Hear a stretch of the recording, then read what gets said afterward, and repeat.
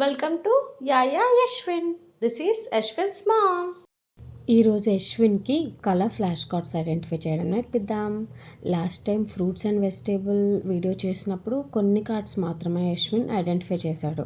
It's okay, next time అన్నీ identify చేసేలా చేద్దాం. సో ఈ వీడియోలో నేను కొన్ని కలర్ ఫ్లాష్ కార్డ్స్ సెలెక్ట్ చేశాను. వాటిలో వాడు ఎన్ని ఐడెంటిఫై చేస్తాడో చూద్దాం. Let's start and let's learn with Yashwin. Blue, pink. Blue, pink. Which is pink? Very good. Next, black, white. Black, white. Which is black? Very good. Next one, green, orange. Green, orange. Which is green, Nana? Which is green? Nice one. Very good. Next. Red, yellow. Red, yellow. Which is red? Which is red?